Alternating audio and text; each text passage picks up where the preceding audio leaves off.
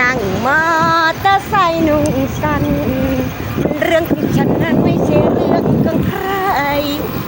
สบายดีท่านผู้ชมตอนนี้พระสุกอยู่ที่โบเตนเนาะป้าดินแดนเจริญเนาะซึ่งว่าอยู่ใกล้กับชายแดนของลาวกับจีนเนาะชายแดนโบเตนโบฮานยุนนานพระสุกมาโลลินแถวนี้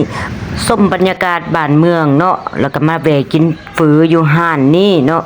แล้วก็พบกับบรรดาอายเอ๋ยนักซิ่งรถจักรข้ามประเทศท่องเที่ยว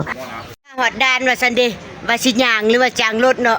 มีแฟนคลับสาวสวยอาสาสิไปหับไปส่งเด้อนี่เจ้าของห้านเฟอนี่เจ้าของห้านเฟอขับเปียกซื้อจันมาเลยพวกนี้น่ะจันยังก็จันสีจันสาผู้นี้จันทาเจ้าหนาจันยังจันแสงจันทา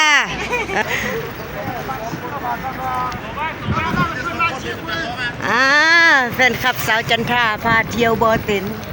ด้านบ่อเต็นเห็นไหมล่ะ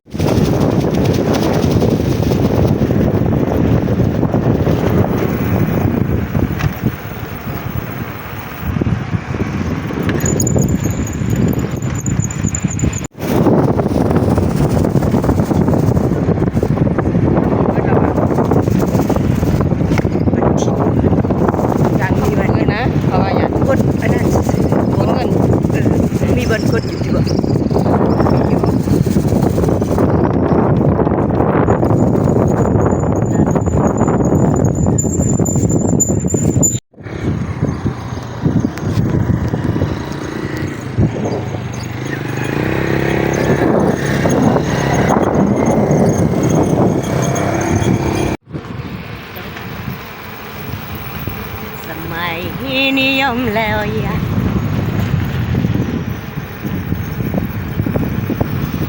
พวกอันเขาคันโอเคคนมีเสน่ห์ก็อย่างนี้นะ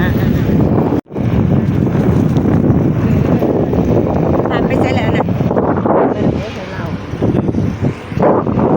เอาไปส่งเลยเด้อนำนะ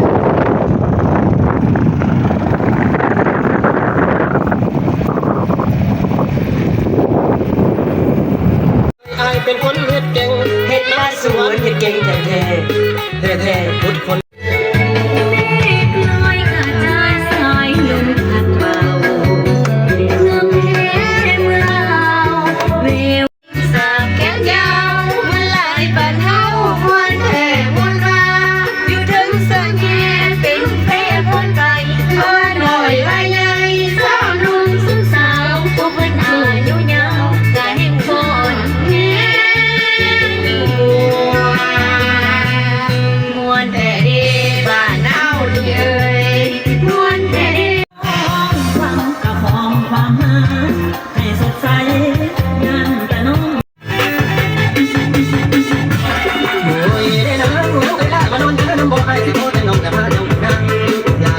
เด็กเห็นพวกนี้